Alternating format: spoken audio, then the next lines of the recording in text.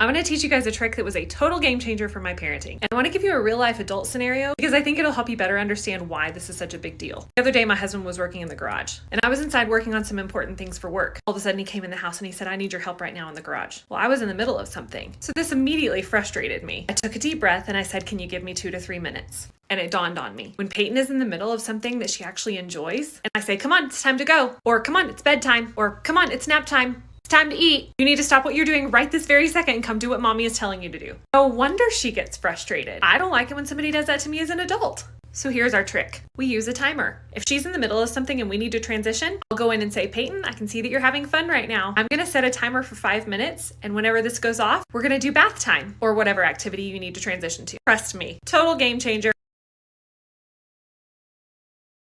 Here's something that I've done with my kids from the beginning that helps to set us up for less tantrums. I don't take things from them, unless they pick up a knife, which hasn't happened. So let's say you have a new crawler, and they wiggle their way all the way over to a little fuzz on the carpet. You don't want them to eat it, but when they reach for it, don't just snatch it away from them.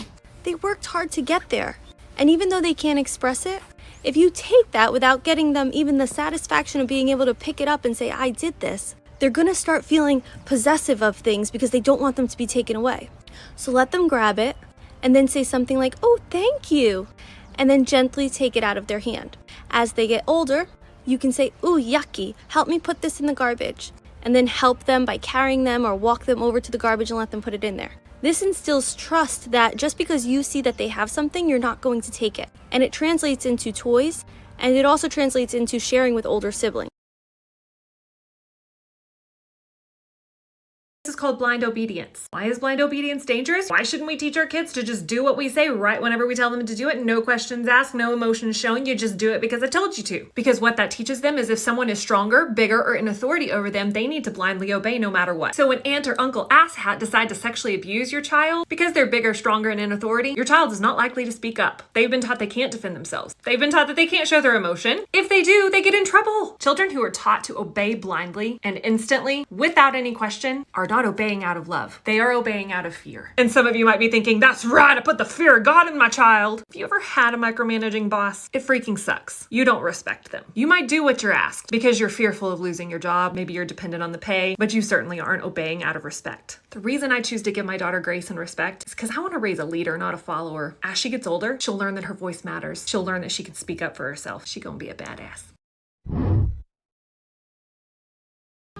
Santiago, can I go in? Can I go in, Santiago? I love you, Santiago. I missed you.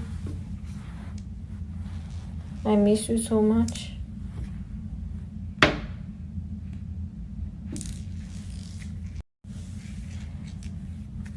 I love you. You are safe, amor. What is the little ball? So we practice gentle parenting, right, Ella? Right. And I got to see this play out firsthand. Sometimes it feels like you're failing no matter which way you're parenting. I had a pregnancy meltdown. I cried, not gonna lie. Second pregnancy, I feel like I gained weight so much faster and in different areas, whatever. I have a pair of Old Navy maternity leggings that are all cotton, no stretch. I put them on and they ripped right up the ass. Huge rip. I started crying. Just had enough that day. My daughter comes up, I'm sitting on the steps, and first she corrects me about the steps because I'm always on her about the steps. She's like, get away from the steps, you're gonna fall down, hit your head. She goes, okay, what's the matter? You need to do a big breath.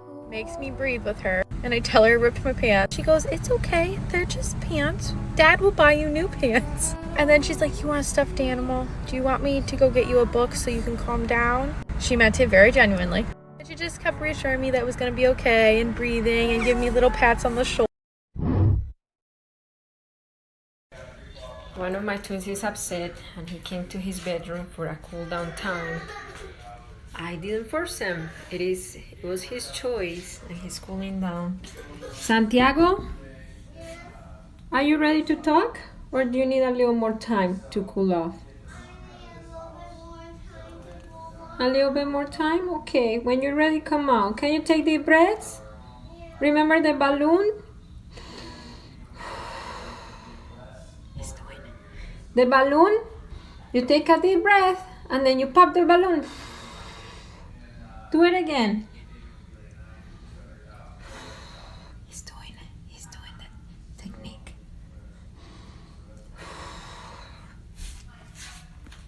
That's what cool down is. When he's ready, he's gonna come. Oh, look at all those boogers. Are you ready now? Yeah.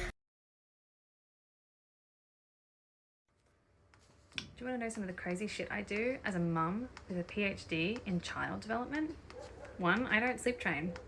I understand the way that a child's brain develops. I understand the way they think. They understand that if you don't come for them when they're crying, that you will never come. They're not stopping crying because they've learned how to sleep on their own. They've stopped crying because they've learned helplessness. 2, I co-sleep. I know there's a lot of risks to it. I know that SIDS is a big risk, but also I know that there's a safe sleep 7, and I know that my child and I got the best sleep when we slept together on a firm mattress without any blankets and a sensor, all to help us sleep better. 3, I don't tell my kids she's naughty. I don't tell her she's bad. I don't tell her that anything she's doing makes her a bad person. I actually don't say stop. I ask my child, are you making a good decision or a bad decision? And then she answers me. And when she makes a good decision, I celebrate it. Those are three things I do.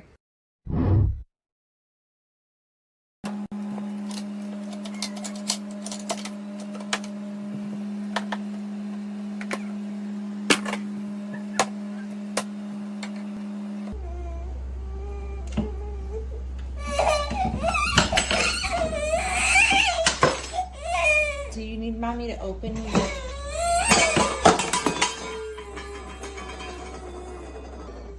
Do you need mommy to open your fruit cup? That was not very nice. We don't throw your sink. I need you to pick that up and then I can open your fruit cup.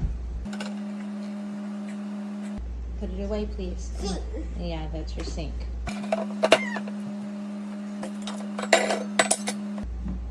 Can you get your spoon too, please?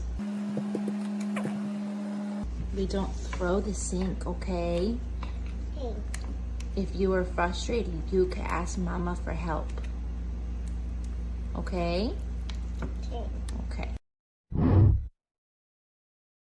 If you're a cycle breaker, you've probably had this thought. What do consequences look like with respectful parenting? There are only 2 types of consequences that I use in my home. Natural consequences and correlated consequences. The natural consequence might be my daughter saying, I don't want to put on my coat whenever it's cold outside. Instead of getting into a power struggle and forcing her to put on a coat in a warm environment, I would explain to her, you're probably going to get cold when we get outside, but we'll bring your coat just in case. When she gets outside, if she gets too cold, she's going to ask for a coat. Instead of being the mom that says, sorry kid, you should put on your coat in the house like I told you to, which is very disrespectful, I would say, okay, here's your coat. Next time it's cold outside, now you'll know that we need to bring your coat just in case you get cold. With correlated consequences, on the other hand, I follow the 3R rule. These consequences should be related, reasonable, and respectful. With a toddler, that might look like me saying, hey, that hurts when you hit me with that. If you continue to hit me with it, I'm going to have to take it away and put it away for later. Let's say that you have a teen that doesn't want to do the dishes on their day to do dishes. Okay, well, if you don't do today's dishes, you're going to have to do today's and tomorrow's. As an adult, that's what I have to do. Let me know if this helps.